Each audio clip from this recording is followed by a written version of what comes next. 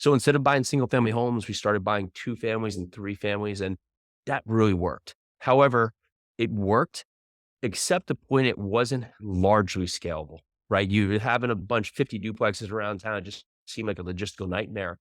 So we were buying a couple of them. We just kept asking that question, what else is there?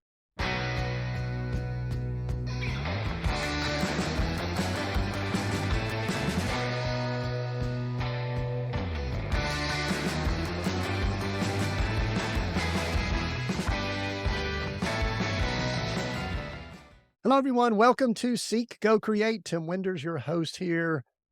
This is going to be a great day. I get to talk real estate and business and some fun things related to that. This is the place where we challenge conventional definitions of success and explore stories of transformation related to leadership, business, and ministry. And I think we're going to be heavy in business and real estate today. So we have the pleasure of interviewing Jason Yarusi.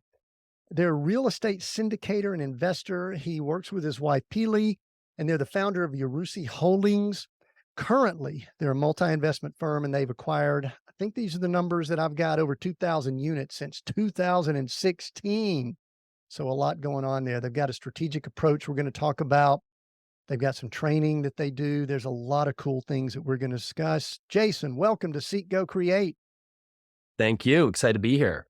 I'm excited that you're here too. Jason, let's get started.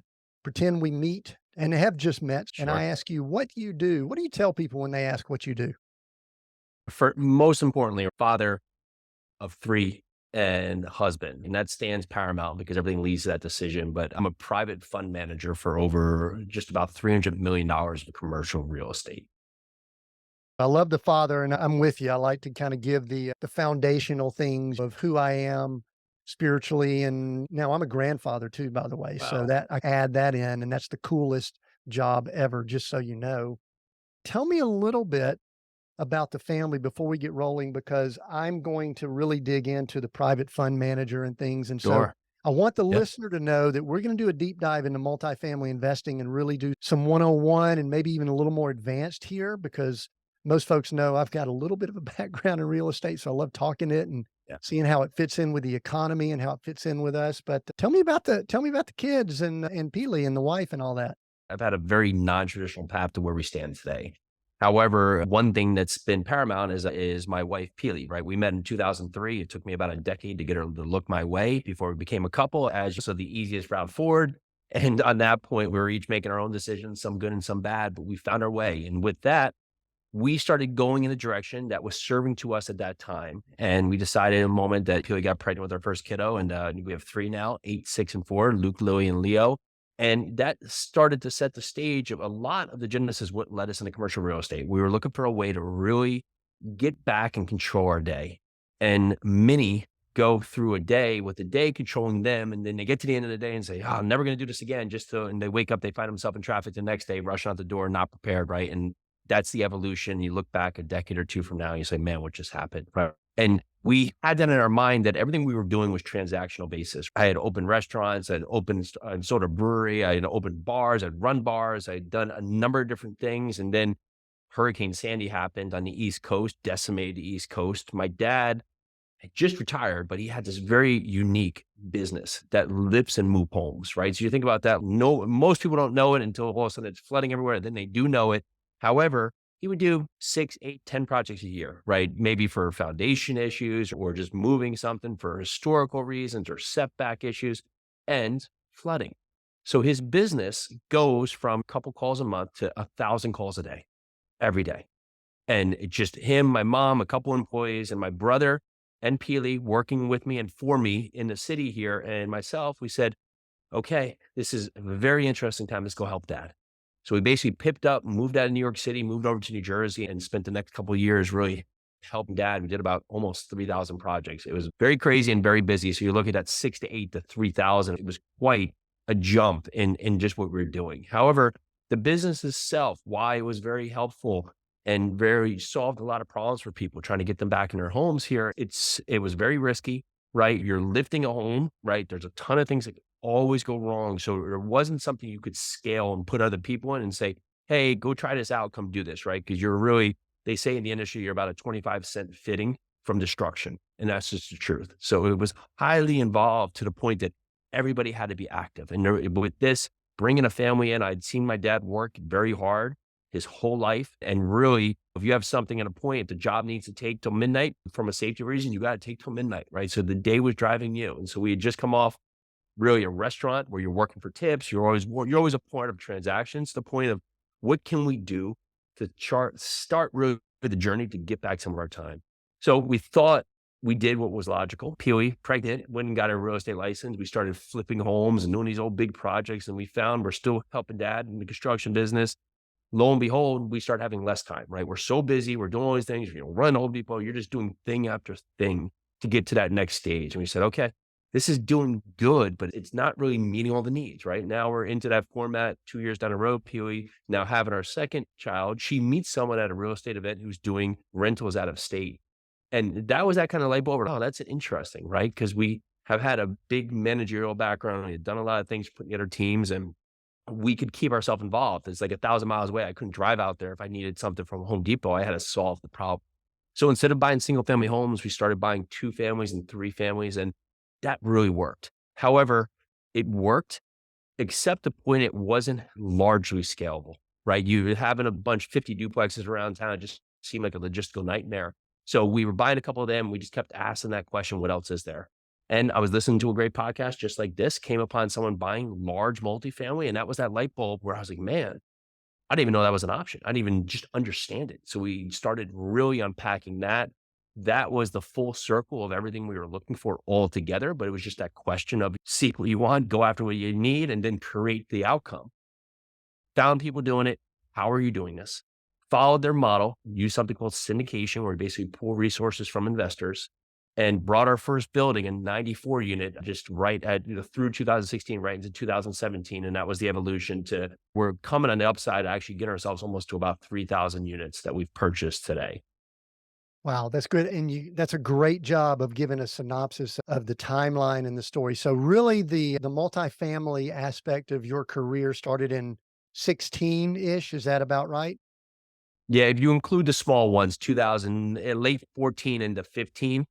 However, that was us understanding that and then saying this really works and trying to say, okay, like can you do this bigger? And I know you mentioned you were in Jersey, but aren't you Nashville now? Did you go to another market? So we first started out, we actually didn't buy our rentals even around New Jersey, right? It was all the flips and all the other activity, wholesales, Airbnbs, all there. We ended up, our first rentals were in Indiana. Then we sold those off and we started picturing and just learning how to really dive into markets. And so we came upon Louisville, Kentucky. My sister was the only family member who lived out of state. She lived in Louisville, right? And she had been there 10 plus years. And like, we knew the market and we started understanding what are all the drivers that bring people to the market, right? So from a job side, you have UPS, GE, Humana, Churchill Downs, the Yum Center. You have, of course, it's been a minute, Amazon facility, all these different reasons why workforce housing and continue to consist there. We invested just in a certain region, the South Side and the South Central submarkets. A lot of B and C garden style buildings, right? That you can't really replace today. They had no new inventory coming on, very low vacancy in the area. And we really focused on building a team just in that area. So we didn't go shotgun approach. We just said, okay, we're going to focus in that area. So we stayed there almost 2.5 years, brought a couple, maybe 400 or 500 units there before we started going into other markets. So we were still in New Jersey at that time. We started now really understanding our model, building out our business plan, having proof of concept, and then now replicating that in other markets. And then right at the end of 2020, we ended up deciding that we were going to leave New Jersey and just try somewhere else out, right? There's a ton of the world out there. Let's go see what's out. Plus, with the kids, they're still young and they're in their schooling, but then really with COVID, they're kind of there, kind of not. They didn't know what we were doing. We didn't know what we were doing. It was the perfect time. So we looked at a bunch of markets. We had just brought a 93 unit here in Murfreesboro, Tennessee, where we are today. And we're like, let's just go. I'd Peely, my wife, she'd never even been in Tennessee. I, of course, have been there because of our property. So I was like, worst that happens, we move back, we just move somewhere else. That was really our downfall. So we moved here. It's been tremendous. It's been fantastic. So we love it. And that's been a carry forward to where we stand today. Yeah, I think there seems like a lot of people that in that 2020 timeframe made some. It's not even drastic to me. Remember, I'm a guy that's been a nomad for 10 years, so it's moving around is not a big deal. But with the COVID thing, it's like, you know what? This seems like a good time to make a shift, pivot, change, whatever word you want to use. Yeah. And I think sometimes we need a nudge like that. Do you think y'all would have moved had it not been for something like COVID? We would have because we said we're going to move. However, it accelerated that timeline and Yeah. it makes most of us to make change, we need permission. And that's the hardest thing to get. And sometimes we have to find it ourselves, but many times there's something outside of us that garners us the permission to do it, whether good or bad. And on that part, you use that permission, right? But you have to really act in that. So we had the plan, right? Where we would be today, because we're 2 years from where that plan is, right? But many times we forecast these plans out with the point, like I was sitting there in the barber the other day and the guy was, I'm going to start a business in 5 years. He's talking to the barber, right? And he's like, in 5 years, right? I got kids are teenagers and young kids. I just want them to get a little bit older and I'll start it. And my mind is thinking like, you don't get more time back in 5 years, right? And ideally it gets harder and harder. Like the guy looked to be like close, maybe like in his mid 40s to 50s, like that you're just going to have less and less energy. Although you can set up these plans for the future, really, they're going to evolve so much. To tell you a decade ago, I'm doing what I am today, I'd be like, I don't even know what you're talking about. I'm in the restaurant. I'm in this world. I'm over here. I don't even hear you. So me setting these future plans, I keep myself on a direction, but you're going to pivot. You're going to pivot accordingly for things that one may just happen or just life events, but two, your goals change, right? We set goals that are sometimes we think is where our vision goes. However, the goal becomes or at least our, we'll say our light, right? Our lighthouse for where we're heading. However, we'd be like, okay, I see I'm on that path. Those goals are fine now, but I have new goals. I have bigger goals. I have more goals that are going to benefit now my kids as they grow. And that's really how I continue to look forward at where we're going here is that I can think of where I want to be in the future. But if I was to use that mentality 5 years ago, it wouldn't have gotten me to the decisions that have made us to where we are today. I've kind of come to this realization and I look back on life. I turned 60 here in a couple months. So Wow. maybe I'm considering and looking at things in a different way because I've always been hard charger type A. I find myself relaxing a little bit more, which I think is a good thing, by the way. I think I've needed that. But I think back to some of the goal setting that I did in 90 or 88 when I came out of Georgia Tech. And if I were to read it, it was like 21 pages and I'm going to do this and this. And it was highly controlled, highly Mm. a little bit maniacal, truthfully. And so I've actually loosened a little bit, but I want to circle back to your barber because I think there's a good learning tip there. I think what you and I are picking up on from the 5 year thing, because some people say, what's wrong with having a goal of 5 years from Yeah. now? Is because 5 years for him and for many people, it's so far in the future, it doesn't cause him to do anything activity wise today. Would Yeah. that, is that what you're referring It's to? so spot on. I actually saw a Nike advertisement, right? Nike doesn't sell shoes, they sell the emotion, right? The Nike advertisement said, yesterday you said today. And we always will say something about the future of where it is. However, when it comes, we say tomorrow, right? I'm sure myself included, we've said, you know what? I'll do it tomorrow. And then tomorrow never comes. And then here we are a decade later, man, being like, I'm just not happy where I am. And you've been telling yourself to do something here and you get more stuck in your ways, right? Now, like you said, it's easy to push off these things and say something in the future because there's no real downside to it, right? I'm saying this thing and it sounds good on paper, right? But there's no activity. However, the lessons come from trying, right? The failure has to happen or we wouldn't be standing here talking. We wouldn't be standing here walking. Like nothing would have happened in our life without failure. But the more ingrained we get, right? I think what is it? It's kids are they're born scared of like loud noises, right? And like the fear of falling or something like that. But that's it. Like everything else is learned, right? A learned behavior. So as you go forward through life, we learned all these reasons that we shouldn't do something, but most of it is just either the people we surround ourselves with or just the energy we take in. And that starts setting the stage for where we are. It's just hard to break those habits, right? Compared to the condition of the time. I look at my grandma and she just wants to stay where but she went through the Great Depression. She went through all these things, right? And like for her to say, Grandma, let's go try it. She has been in survival mode for a long time, right? And that was just how she grew through apart. Nothing, 6 kids. Just then she had to raise 5 daughters, including my mom, right? Who and without a husband who was killed in the war, right? She's been in that mode for a whole time. So if I say to my grandma today, I got a great idea. You should go try this real big event. She can't comprehend two different sides of the story. Right. So we have to say the harder and the longer we go into this part, the harder it is to break our habits. But that's really the first part. If you don't like where you're going, doing the same thing is not going to create some different result tomorrow. And so you have to say, okay, I can break something today. And what's the worst thing that happens? You just stop it and go back to do what you're doing. Like usually the downfall is we assume the downfall is us stepping out of a 10-story building, but most of the time it's just stepping off the curb. Like we're trying something, there's not some big jump here and our family's going to disown us. I'm going to just step off the curb, right? Everything. Oh, I'm going to go do my own thing in business. You quit your job. What's the worst happens? You go get another job. There's a lot of that out there that you can look at the future and set the stage where you want to go, but you have to bet on yourself first.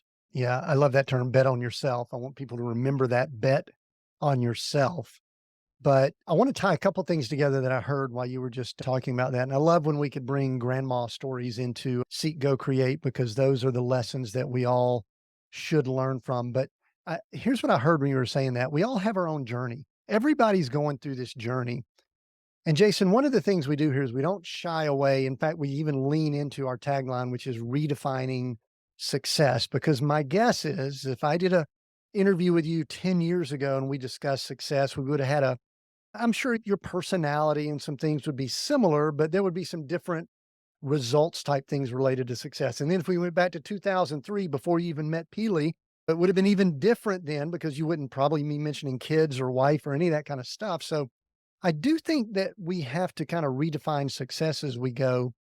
And I've got this theory, so I'm just going to kind of mention it and then you could respond. I think that some people sit down and they literally can define what that success is going to look like. I'm going to, in 2016, start a real estate company. And then 5 years later, we're going to have 3,000 units. We're going to be moving to Nashville, et cetera. I'm being a little bit snarky with that. You could probably tell. Sure. But then I also think that there are times that external events, sometimes catalytic events, sometimes they really force us to make course corrections or redefine what success means. Now, when I bring that up, I really love some stories. Are Mhm. there any times you could think back on, and you've worked with family, you've gone through things that you've had to go through, "Ooh, my success is being redefined right now." Now, sometimes we don't know it till later. I'm that way. Correct. I didn't Yeah. recognize it till 5 years later. I say, "Ooh, this is where, from my spiritual standpoint, God was moving me in a direction, but I was fighting it. But now, man, I'm excited about it." So anything Yeah. come to mind when I bring that up? Yeah, a lot, because what builds you today really is the challenges you face, right? If you've got to the point you've had no challenges, you're probably not going to where you want to be, or there's more that you're meant to accomplish, right? So I can speak to anything. Like a family business is not for the faint of heart. You put a bunch of Italians in the same room, right? It's even less. And my dad had been a solo shop for many years to come in there and say, hey, we could just do this easier, right? Had do this easier in this way. It's, hey, you just keep trying to walk through the wall. We just use the door, but we're still, because we've done it so long, we're still walking through the wall. And so we had a very terse part. It was probably when I was in high school and college, probably a decade. My dad didn't see him and he didn't talk to me. And it was just this point. And what evolved is it's hard to see that lesson, to see where he didn't, it wasn't like he hated him, or it was just, he was trying to do something that was very difficult, and that's his moment. He was trying to figure it out, because I'm at that same age now. I'm that same side on the other side with kids, and just it helps teach me a lesson that the kids are there, they're evolved, they're around, they understand that, they understand, they feel it too. So fast forward, we had a very tough time working together. We were all there for the common goal, and everybody meant for the same thing, and it was just continued to be very difficult. And we actually helped my dad to get to retire, which we thought would never come based on what he was doing there. And now, over the course of last year, it was just like, yeah, my dad, not emotional, gave me a hug the other day when he came to visit the kids, and it was it was a very, very shocking moment, right? It was just something that just never been part of it, right? I come from the other side, Huey, huge family, hundreds of family members. You go to a wide, and it's very, the family gets together, and it wasn't really in that, right? So having that come full circle has been a great surprise, but it was a lesson learned about the path we were both on, right? Because you can be on side by side paths heading in the right direction, but sometimes you're offline until you connect, right? And it serves a lot to even where I was in New York City, right? I was working at a very popular, busy bar, right? I was running the bar, doing a lot of things, and I'm just not happy. So I was very angry in this part here in just my place, but it's sometimes when you're in a difficult moment, but you get more and more angry because you don't know exactly how to get out. But the get out is really just stop doing. And so that point here was, yeah, I was 3, 4 in the morning, riding home on my bike. I didn't go the way with the friends, 'cause I was just like, whatever. I was like, just angry at the moment, right? You find out why, who knows, right? Don't remember why. But at that moment, riding across New York City, over, hit right on Second Avenue. I'm all the way on the West Side Highway, if anybody knows there. So about 10 avenues that I've driven over, hit it hard. It's in the dark. Oh, lo and behold, these lights come on, car veers out, takes me, I flip on the hood of the car. I go flying. Next thing you know, it's dark and I just wake up. Some kids are yelling and I think French, pull me out of the road. My arms out of my socket, all these different things. And that car ends up driving off and then save me from that traffic. But it was that moment. It was like, I got to do something. Right. And it was that moment because as quick as it comes, as quick as it goes. And not to say it, my biggest driver was that I need to get back to work because that's how I make money. I had rent coming up. And so you look at that point, I find myself with the cast and these other things. I'm back in this crazy bar, working in this crazy bar 2 days later, right? All cast up after this like cataclysmic event. However, it gave me that first thing like pause. And sometimes, and I'm not to say you have to go through that event to get to a pause, but we get so stuck in our day managing from a restaurant, we're like you're carrying all these plates, right? But you find out you're carrying all these plates and only three of them have food on it, right? And that's where you need to part. And what's the worst that happens? Okay, you have to think about these plates I'm carrying, right? What happens if I just drop them all? You're going to find out what's most important. So today, to talk to today, like we're in summer now, but say the kids are at school, right? Well, I got to pick them up from school. So if I had all these plates and I just dropped not picking up the kids from school, there's going to be something of a consequence, right? But on the other side, right? If things get delayed and I can't call and say hi to my buddy, I can drop that for today because it was more important. Have to get to the kids, right? Because that's paramount. And when we look at our decisions, we think every decision is on that same plane of importance. But most of the time, there's really two or three that have to happen, and the rest can fall. And if you can make sure those two or three decisions are helping you, whether it's something driving you forward. So think of any level, right? Family, finances, fitness, faith. You put it wherever you want to be. That is going to help you understand how to be your better version of yourself. Mm. The neat thing about that is that we don't wish for events like being on a bike, getting hit by a car, but yet 20 years later, or however many years later, you're on a podcast, some guy in an RV is asking you questions. That's one of the things you draw from Sure. that has Yeah. given you the catalyst or decision-making skill, whatever, to be where you are today. And I think that's the cool serendipities of life. I don't even know if that's the right term, but when you brought up when you mentioned growing up in an Italian family and being in business together, being in a construction business together, the first thought that I had, the thought, and you mentioned y'all are not probably peaceful and quiet. My dad was a very quiet man. We grew up in the South and we would like just sit around very quiet. I envisioned the scene from Saturday Night Fever where Tony, I think, is sitting at the dinner table with a cloth around him and he's got his hair fixed up to go to the disco. And it is just like an all out war at the dinner table. So that wasn't your family, was it? That wasn't the way y'all. Family businesses, and if you are thinking about working with friends and family, is that, and especially if you say you've worked in maybe a 9 to 5 or some kind of W-2 job, it's a very difficult thing to not bring work home. And if you work from home, it's another thing. But in the other part, if your partner is your wife or your friend, it's hard to have that break because it's not a clean divide. I don't like clock out at 5 and go home. So it's never easy. And I would see it. Most of why I didn't help and go into the business when I was young was just for that reason. It just came back and just the feeling, the experience wasn't welcoming or something to be involved with. However, we made the choice. My brother was working for me. He's a decade younger than me in the city. We were doing all kinds of like really busy, cool things and fun things at the time. And we were like, we got to go help dad. And that was just a choice we made. And we just dropped, just said, hey, listen, thank you, everyone. We're here to support. Just moved out there. Not to say that my brother is very knowledgeable in the construction space. He can do all kinds. He's moved 500-ton buildings. Like he is out there. I would do really the office, the sales side to say that I knew anything what I was coming into. Right. And I didn't, but I knew we're going to go help. And then that kind of gave us the empowerment to say, okay, we'll figure this out and everything will be okay. And it was tough for the time, but when you look back, those tough times are what you need for when you need them. You have to find your way out of them that can get you to where you want to be. Yeah. And sometimes those tough times help us appreciate where we're at right now.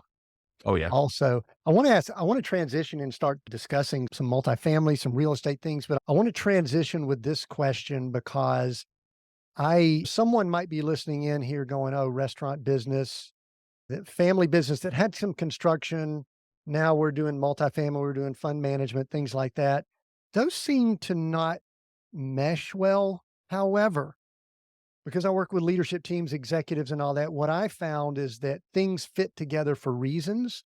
And so, what I'd love to ask as we move into the real estate discussion is what are some of the skills, lessons learned, tips, things you brought forward from the restaurant industry, which is a very unique and odd industry in itself?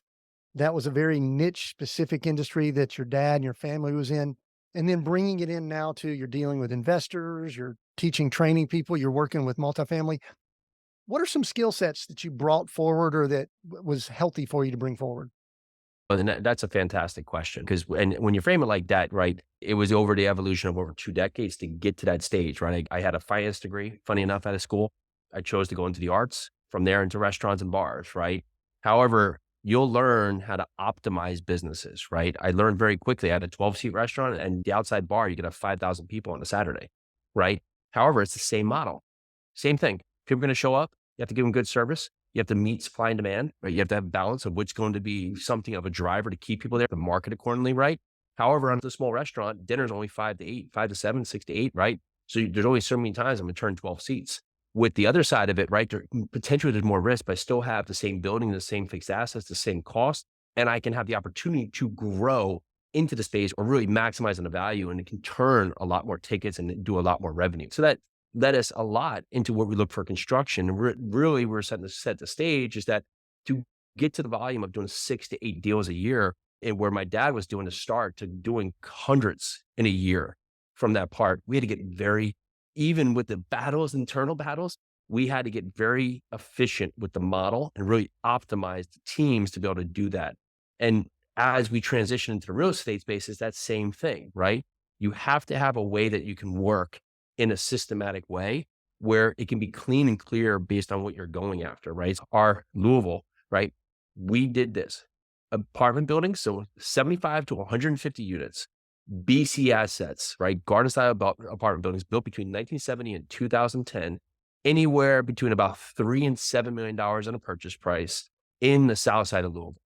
All we did for the first couple of years. That was it. That was our business model. We're still in similar business models, just really in the different spaces now. But we got very clear in our approach so we could be systematic with how we could evolve. Where we had to look at that and say, oh, okay, if that's our approach, is there two of these buildings or is thousands of these? There was dozens, hundreds of these buildings there in those areas. So we were able to grow into that space. And then we were able to build teams, both internally, right, who knew our message, and from the external, property managers, brokers, bankers, right, that we knew fit that model. So we were able to understand that. But on the other part is say, what can you take away from a beneficial stage? Is that sometimes if you're in one spot, you just talk to like-kind people to yourself. And I have worked with, worked for, and owned restaurants and had employees of every different landscape, every different nationality, in a restaurant, every different language, every different skill set, every different education level. So you start to understand just really the people's ability of how to empower them in the right way. And then also understand how to talk to people efficiently where it can benefit on both parties. And if you're on a common goal, right?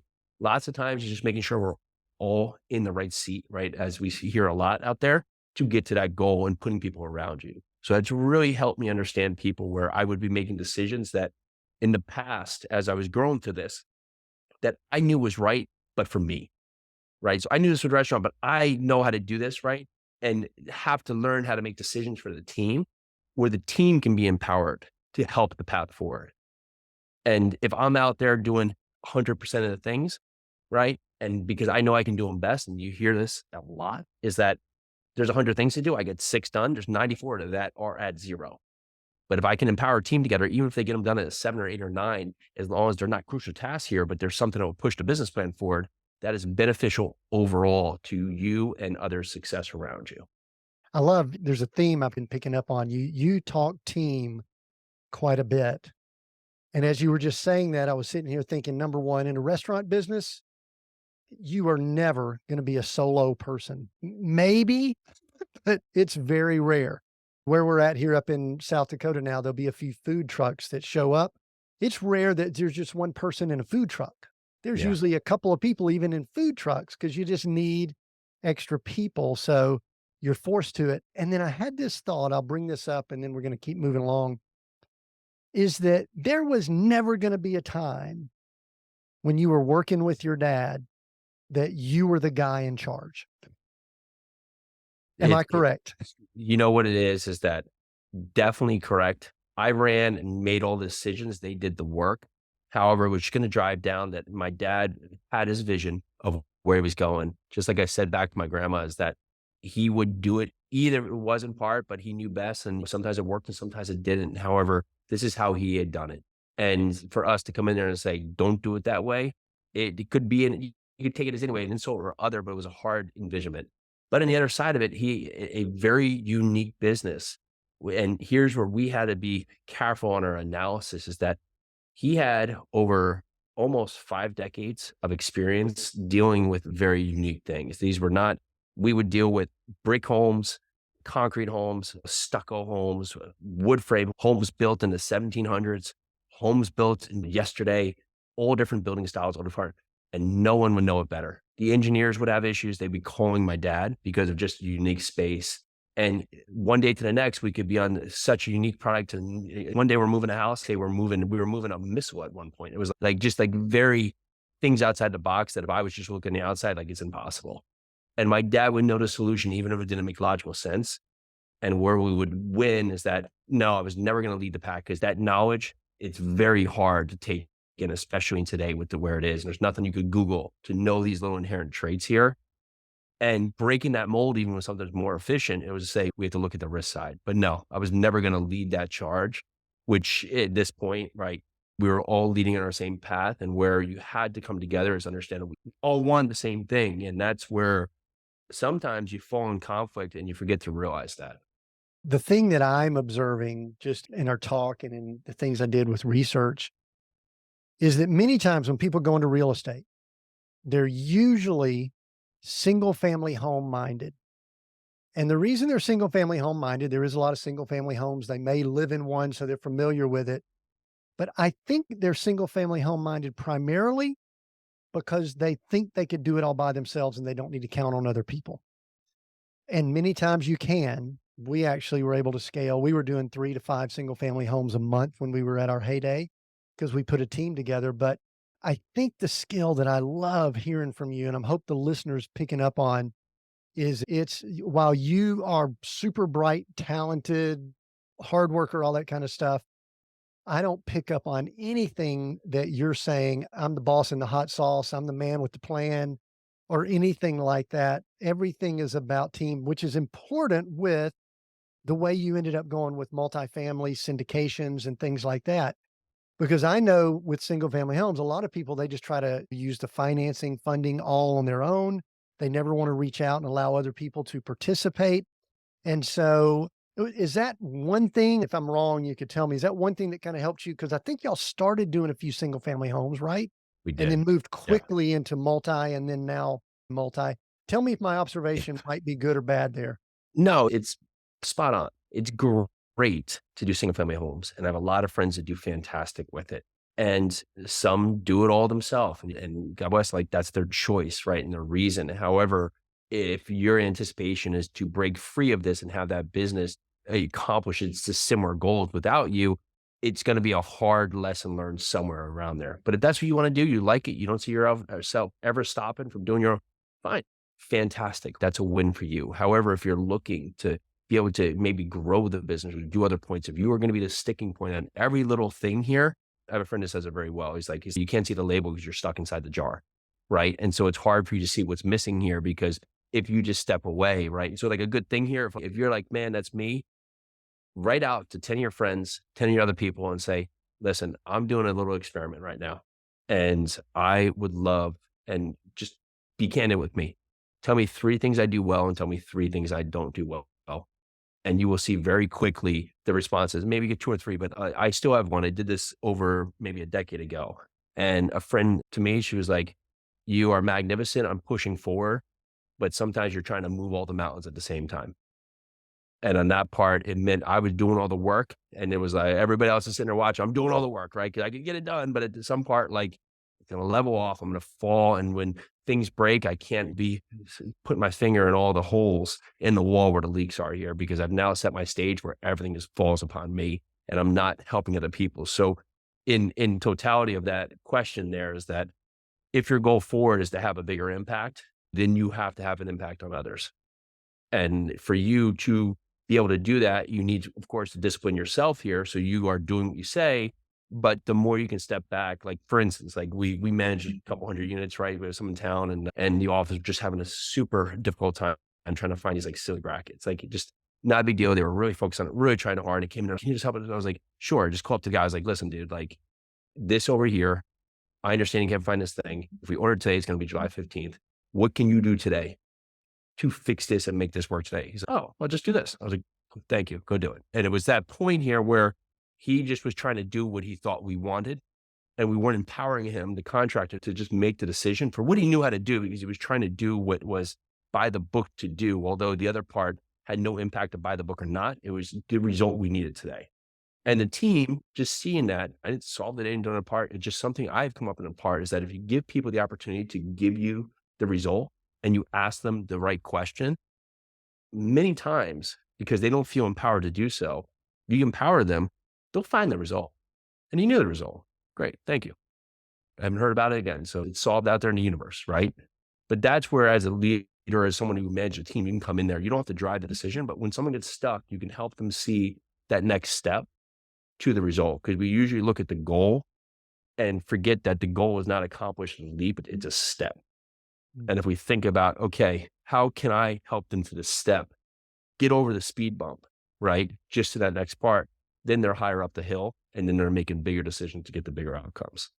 That's the problem solving skills that you got from your dad. It sounds like your dad was a problem solver and sounds like you're now doing that with a team. Jason, I want to shift a little bit because I think maybe we need to do some quick definitions before we have the conversations that we're going to go Sure. in this direction. Because there's some people out there when we use terms like private fund manager or single family or even multifamily or even mobile homes, land, all these terms in real estate. And so I want to do it real quick because I know we've got some experienced people listening in, but for the Sure. person that might be listening going, what do I mean by multifamily? What do they mean by Yeah. private fund? Give a few definitions like you would to one of your kids for some of the terms we've been throwing around here for someone that Sure. might be in third grade going, let me explain this to you. So do that quickly. And then I want to get some tips and some ideas on how someone might get started or participate in some of the things you're doing before we Yeah. finish up here. Fantastic. So typically a one unit, so a single family house or a house that or a building that has 2 units or 3 units or 4 units, it's deemed residential, right? So it's residential in nature. And then past 5 and up, if it's an apartment community or just 5 units and above, even though it's still residents living in a building, it's termed commercial. We found that buying a single family house, great model, right? However, it's one tenant, right? It's one person, it's one income stream, or it's one flip, it's one thing. It's one roof is now just that one tenant's income to get to that one part here. If that tenant doesn't pay, right? Yeah, and then that part is your income is now coming back to you. So the other people, the banks, other things going to be driven by you and your ability to afford it. The larger the building, you can actually afford to be able to take on more ability to improve it. Because now 100 units, right? And 2 vacancies, I'm 98% occupied. 1 unit, 1 vacancy, I'm 0. 4 units, 2 units down, 2 units vacant, I'm 50%, right? 100 units, 10 vacants, 90% occupied. So my ability to have the rent afford to pay the expenses and pay the mortgage each and every month and still provide cash flow goes up exponentially. Plus, small decisions I make for those buildings can have massive impact, right? So I'll give you an example. Single family home, right? I come in there and I replace the toilet and I say, okay, now the house costs $300,000 more. There's not a buyer. There's not a buyer, right? You're not, so unless you've done something else there, not a buyer. However, 100 units, you replace the toilets, cuts the water bill down by 10%. You go in there and fix all the leaks. Your water bill now decreases by 20%.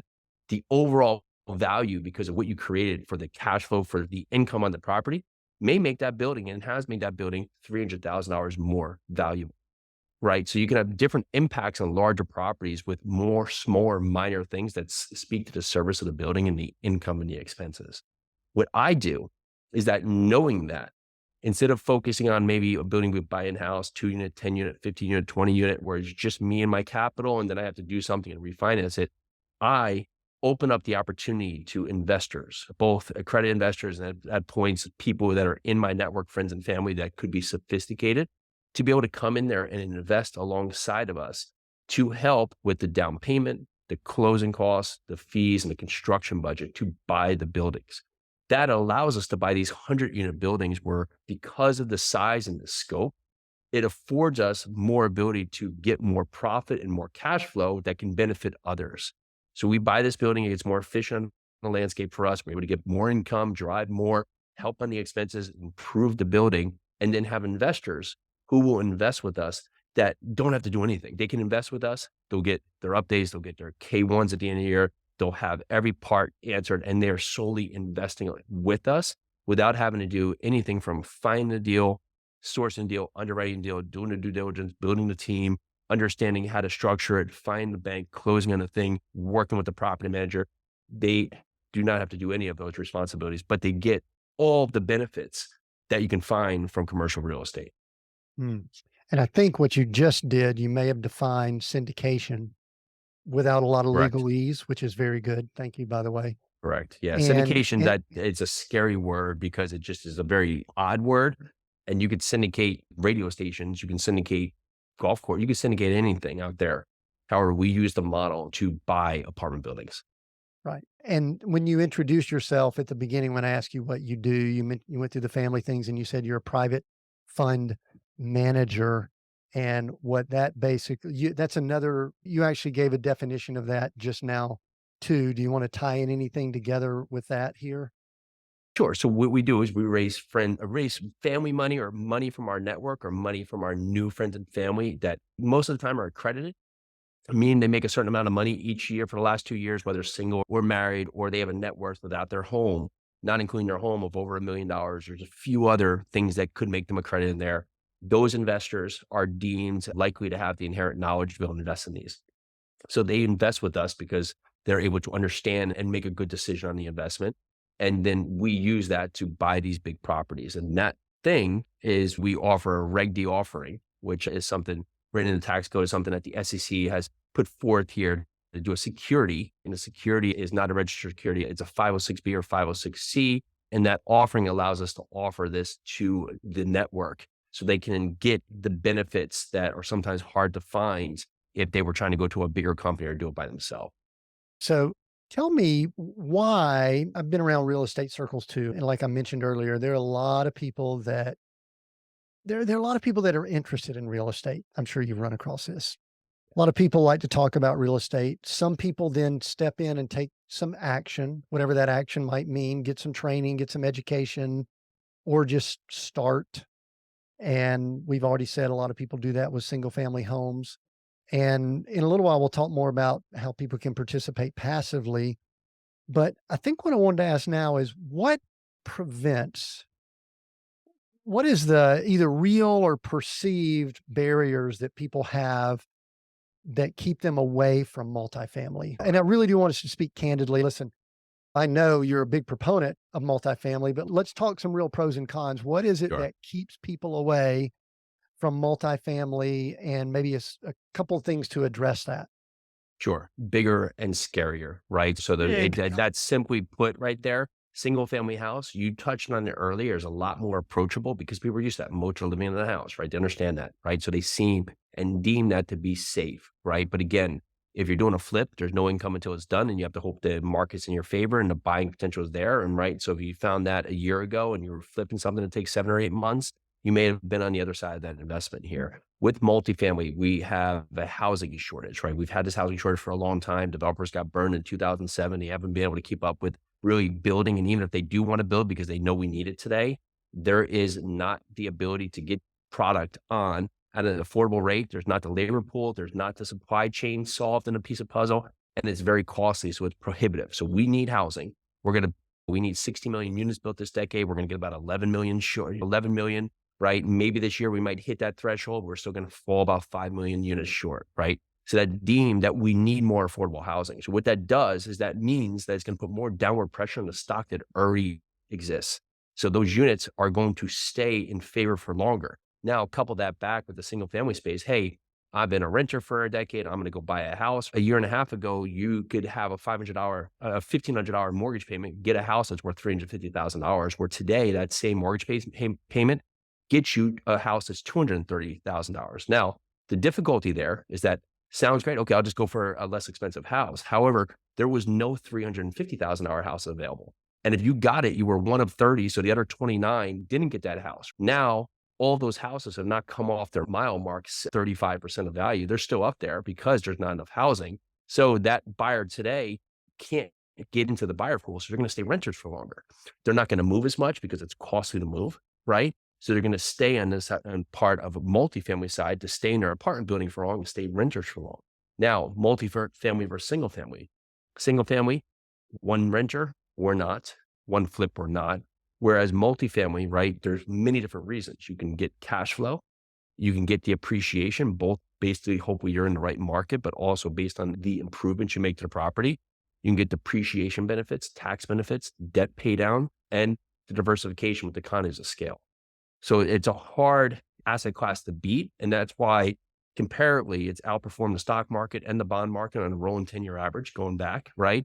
It's also outperformed everything, right? Office, an easy one now when it used to be the state grade A asset, right? Retail, storage, it's outperformed and it's going to continue to outperform. There's all these drivers that push people to the space. Mm. So I want to, in just a little while, I'll ask maybe how somebody can get started. And I think actually you have some resources and all that might be good for that. But I think what I'd like to do now, the thing when I first saw your info that I'm like going, I love talking to people that have what I call boots on the ground, that we could learn about what the economy is really doing.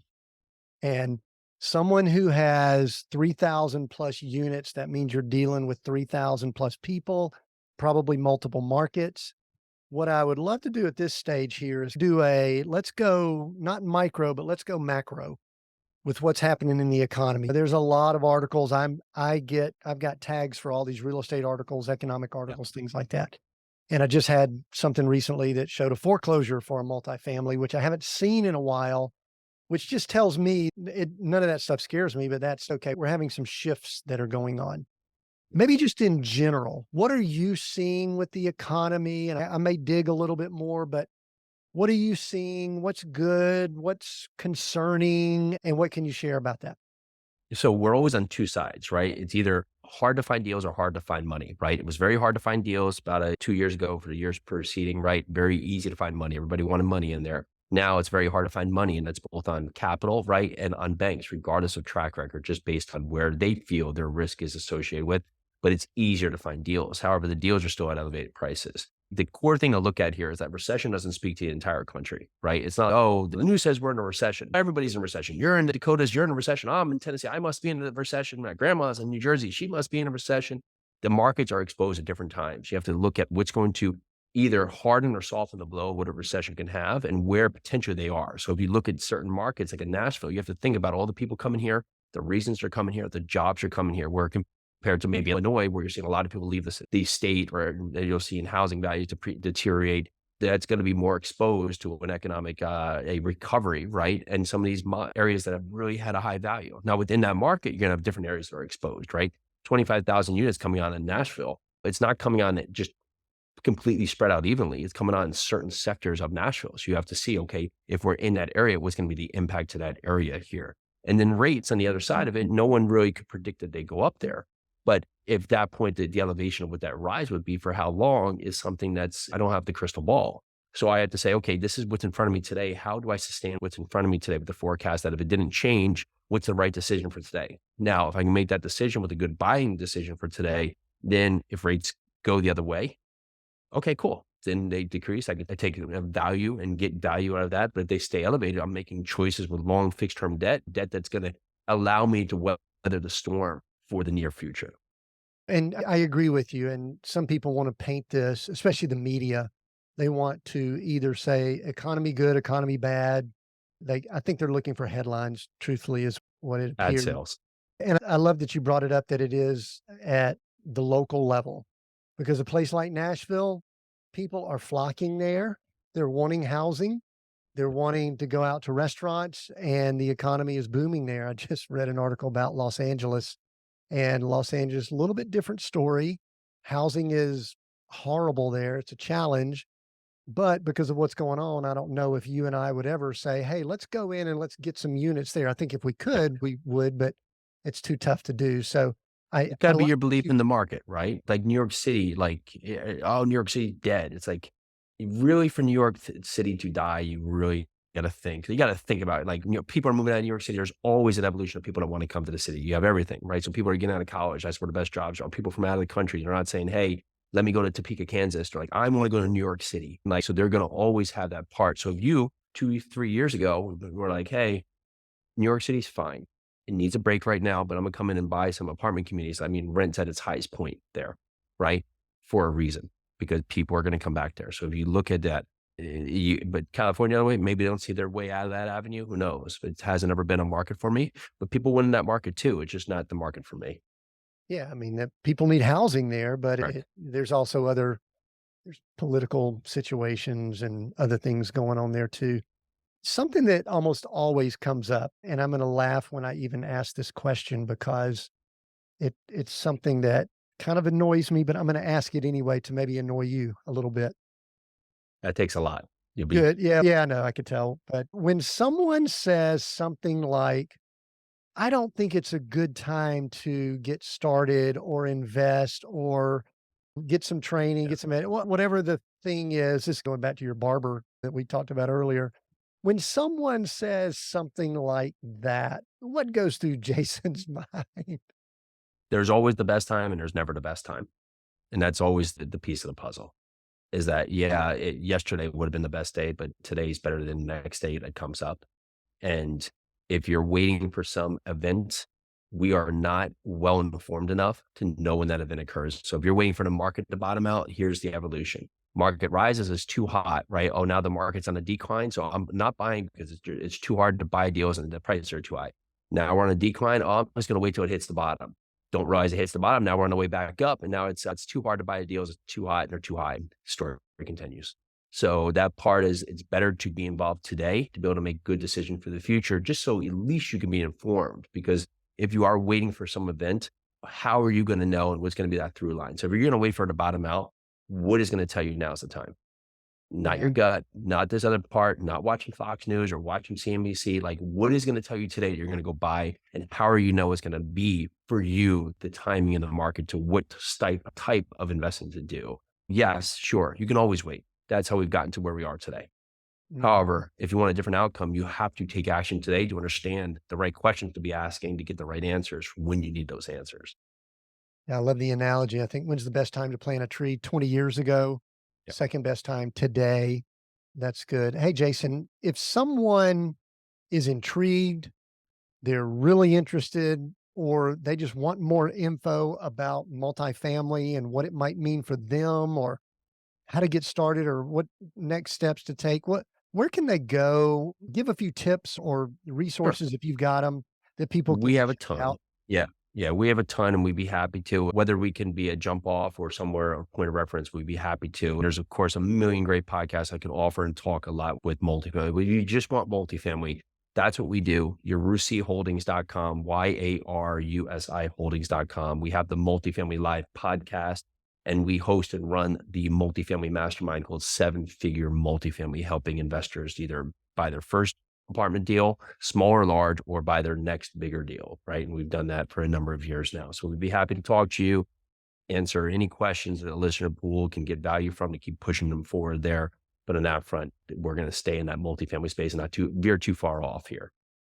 Yeah, I did some power listening on that Multifamily Live podcast, and I think, gosh, 1,000 episodes or something like that. Did I read that right? Do y'all have, like, We've done massive a numbers? couple. Yeah, we call the early ones the dark days, but on that front, we've done a couple there for But, sure. the cool thing is a lot of them are bite-sized, 15, 20 minutes and things like that, which for the guy here that does the one-hour interviews, I'm like going, "Man, I love these short tidbits, man. This is really good." So, all right, we'll make sure we include those links, and I do want to make sure that I ask this question because I do think there are people that are listening in that are thinking, "What if I wanted to be a passive investor? What would I need to Sure. do?" And I think you mentioned Yarusi Holdings, but give someone a little bit of, so that we're not wasting people's time and all of that.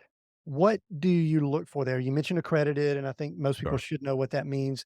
Can they invest out of a self-directed, self-funded 401k or something like that, IRA? To give a little bit of what you're looking for so that people would understand if they Yeah. might be a match.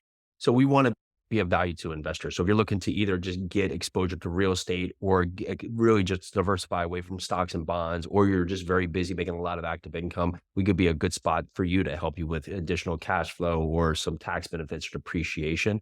We're looking for investors that are like-minded with us, have the same vision. We're typically doing investments that are 5 to 7 years. These are not quick flips here. They have some form of cash flow and some form of profit at the end, and they're looking to be able to get their exposure into the commercial real estate space.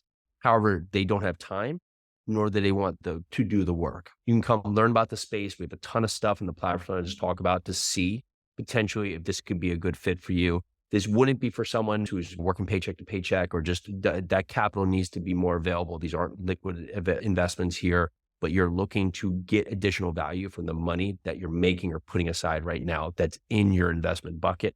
But we will work with you to make sure that we align, right? And that the goal is identified, right? If we're doing the multifamily development, it's not going to be a cash flow play. So if you're looking to get cash flow to cover your expenses, we want to make sure you know that so you can choose to go into maybe an apartment community that's existing with us that's going to have underlying cash flow from day one, right? So we want to help you partition your investments to meet your goals.